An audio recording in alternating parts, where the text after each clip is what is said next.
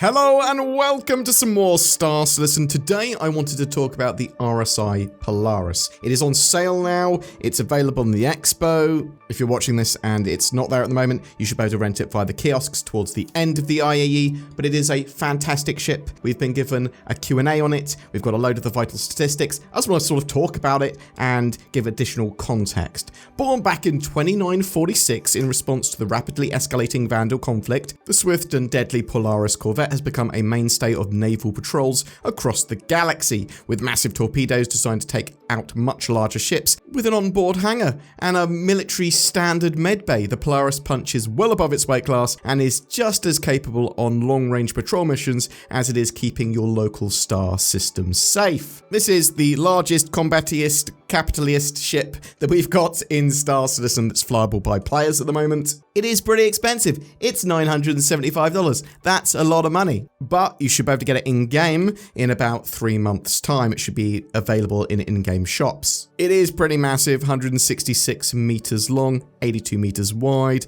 and a landed height of 35 meters, flight height of 46. It's got 576 SU of cargo. That's a lot of cargo. It's got 12 seats, so around 12 crew is pretty solid for this ship, and it has a huge amount of weaponry. 4 torpedo launchers at the front with 28 size 10 torpedoes. There's also 16 size 3 missiles available from a bespoke mount as well to fire forwards. A relatively big front manned turret with 2 size 6 weapons on, and then it's got another 2 manned turrets on the sort of top front, each with 4 size 4s, and then on the sides it's got 2 manned turrets, 1 on each side, with 4 size 3s, so it's a lot of pew-pew there. Then you go to the lower rear of the ship. There's a remote turret there with 4 size 3s, and there's also a rear remote missile turret that has 12 size 2 missiles. It is a mighty combat ship, but it does require a crew. Let's jump into the Q&A and talk a little bit about that and sort of go into bits more detail. What role does the Polaris fill in the current persistent universe? The Polaris is the first military capital ship to arrive in the persistent universe, setting the standard for capital ships in Star Citizen. Fast and lethal, those were the directives. How do we make something that meets both those expectations in a ship this size? It took a massive amount of work and ingenuity, but I think we did it. What vehicles is the Polaris particularly suited to combating? Which vehicles would be effective against the Polaris? So the Polaris boasts formidable firepower featuring size 10 torpedoes and a powerful forward cannon designed to deliver devastating damage to larger ships once their defences are compromised, allowing for precise, impactful strikes. While its secondary turrets offer some protection against fighters, the Polaris excels as a strategic long-range powerhouse rather than a brawler in close quarters combat. Something I did miss out, it does also have a load of PDCs, the point defense cannons, which automatically shoot at missiles, torpedoes, and fighters that come close that are enemies. What's the largest ship that fits in the Polaris's hangar? The Polaris's hangar is designed to fit an Aegis Sabre. However, there is ample space and players have already come up with some interesting loading solutions. What are some of the key changes made to the Polaris between its initial concept and its release? There are a few changes that happened as the ship went through its concept. The major highlights are extended armory, no more executive officers' quarters, a reworked crew's quarters into bunk rooms, additional features on the bridge, large front turret, and changes to torpedo reload mechanisms. Does the Polaris have the capability to service fighters in the hangar bay, such as rearm, repair, and refuel? Currently, there's no plans to allow this outside of manually repairing, refueling, and restocking missiles. Is the Polaris able to dock to space stations similar to the Hammerhead? Yes, it has a large docking port on each side. Are any of the facilities and rooms on board, such as the medical or cargo bays, modular or customizable? The Polaris has several different facility rooms on board, such as cargo bay, brig, medical, crew mess, armory, crew bunk cabs. The Polaris is not a modular ship though, and the rooms cannot be swapped out. Can the Polaris's torpedoes be manually reloaded, or does it need to be rearmed at a station? After all of the torpedoes have been fired, they can be manually reloaded using a multi-tool tracked beam, providing the player has additional munitions on board. So you can carry more than 28 sort of torpedoes and just have them in your cargo bay or wherever. Might be a bit dangerous to have them there. The Polaris comes with automated point defense turrets. How do these weapons operate? How do the turrets choose their targets?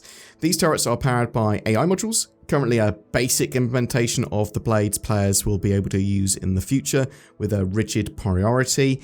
1. Incoming hostile ordnance, bombs, torpedoes, missiles. 2. Nearby hostile vehicles. In the future, players might get more control of this. At this time, we're watching the feedback closely as players try them for the first time. Why are the captain's quarters currently locked? To ensure the captain's quarters meets the high standards we strive for, we decided to hold this room for the next major update. Allowing players to access and store items in the room could have caused persistence issues, so we chose the most reliable approach, locking the door and removing it from its initial launch. It is soon to be released though. What's the largest vehicle that fits in the Polaris' cargo bay? The cargo bay is specifically for cargo. However, we have no doubts that players will be able to fit a veritable garage of vehicles in there. Now, that's a bit weird because in the media of the Polaris, there are storms just going inside, just on the official media, just loads of them. I say loads of them. There's one going in and one coming out, and there's loads of vehicles around it. It can easily take vehicles in there. It's got a big ramp, but the cargo bay doors aren't massive, so I don't think it will be able to take some of the biggest vehicles, but it should be able to take a lot of stuff. I would love to know what other people have got in the Polaris, so I suspect that people have put in dozens and dozens and dozens of Furies, but I sort of want to know what this largest vehicle you've got in there. Could the room labeling and signage be reworked to make navigation more intuitive without requiring a map? For example, signs could be placed on walls for better visibility, or room color or lighting contrast could be adjusted to improve clarity. Signage was unfortunately missed and is something we want to go back and correct, along with the release of the captain's quarters. So that's really good. I'm all up for ships being a bit more easy to navigate. There is so many doors on the ship, sort of like little airlock doors between little areas, and it's hard to work out where elevators are because they look like walls. I mean, it's kind of by design, but it's just interesting. What happened to the executive officer's quarters? What was the reason to get rid of it? There is no longer a role for an executive officer aboard the Polaris. See the 5-person bridge configuration. As a result, this room was removed and the armory was expanded. So yeah, they didn't just chuck that away. I actually prefer an expanded armory for your weapons and all that sort of stuff.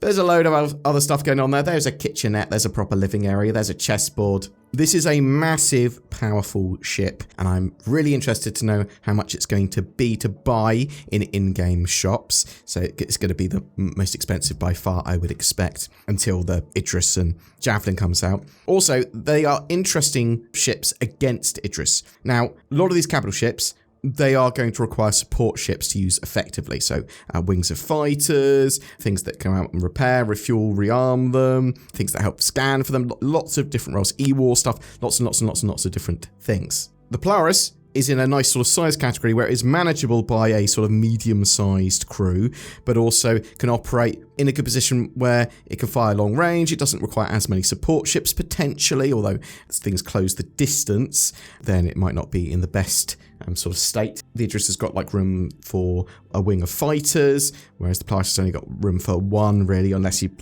stuff it with Furies. I'm very much looking forward to engineering actually coming out, because really we need the Polaris to have engineering to make its multi-crew all make sense, and for capital ship combat to be fun. So that's going to be released after 4.0, but potentially in a 4.0.x patch, the sort of engineering stuff. Really looking forward to that. I'm interested to know, do you have a Polaris? Are you buying a Polaris? Are you waiting for Polaris to be available in-game shops so you can sort of purchase it with in-game money? I very much like that they've sort of updated the Polaris to have more conventional weapons, so it's not just reliant on its torpedoes, because you want it to be a powerful corvette even if it's run out of ammo or it can't fire its torpedoes for some reason. It might be waiting for there to be an opening, because the way that capital ship combat's going to work is they're going to be stripping layers down on ships, right? You're going to try and weaken their shields, maybe destroy some of their shield generators. There's the PDCs that you're going to need to strip down, otherwise your torpedoes and missiles aren't going to hit. So the Polaris, interesting, because if you're fighting another capital ship, you might need to take their PDCs down, and that might be relatively hard without support ships. Anyway, I'd love to hear from you and what you think in the comments below. Have you used your brain thoughts to think about getting a Tobii eye tracker for your eyes for Star Citizen? It gives you natively supported high-precision head and eye tracking in-game for unparalleled immersion. And they're on sale, 20% off at the moment until the 3rd of December. Use the links below to get that fabulous offer, or go to tobii.gg/BoredGamer. Welcome to the Intergalactic Nord Expo, where there's only one vehicle here, the vehicle for better internet security, accessibility, and privacy. I wish I could watch Netflix in Japan or Pyro or whatever. Boom! I can, and I'm so protected. It's not a concept. You can fly with nordvpn.com/BoredGamer today. And with NordVPN, you don't need any variants, but it is pay to win because you need to buy it or get a subscription and then you win. Use the links below to get massive discount.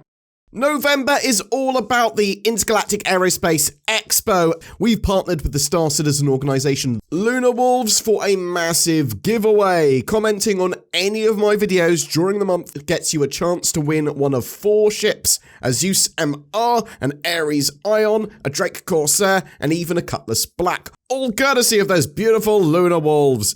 But wait, there's more. Sign up to the Lunar Wolves recruitment page, link down below, for a chance to win an RSI Polaris with lifetime insurance. They're recruiting, you might be looking for an org. I'll chuck some further information and terms and conditions and stuff in the video description as well.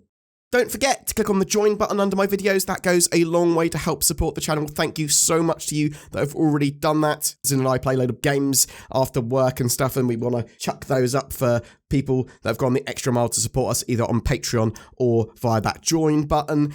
Just remember to like and subscribe as well. Comment, ask us some stuff. Thank you so much for everyone that supported the channel, whether it be for a day or for the last several years, a decade. Oh my God, we've been doing this for so long. Thank you so much for watching. I hope you have a great November and Intergalactic Aerospace Expo.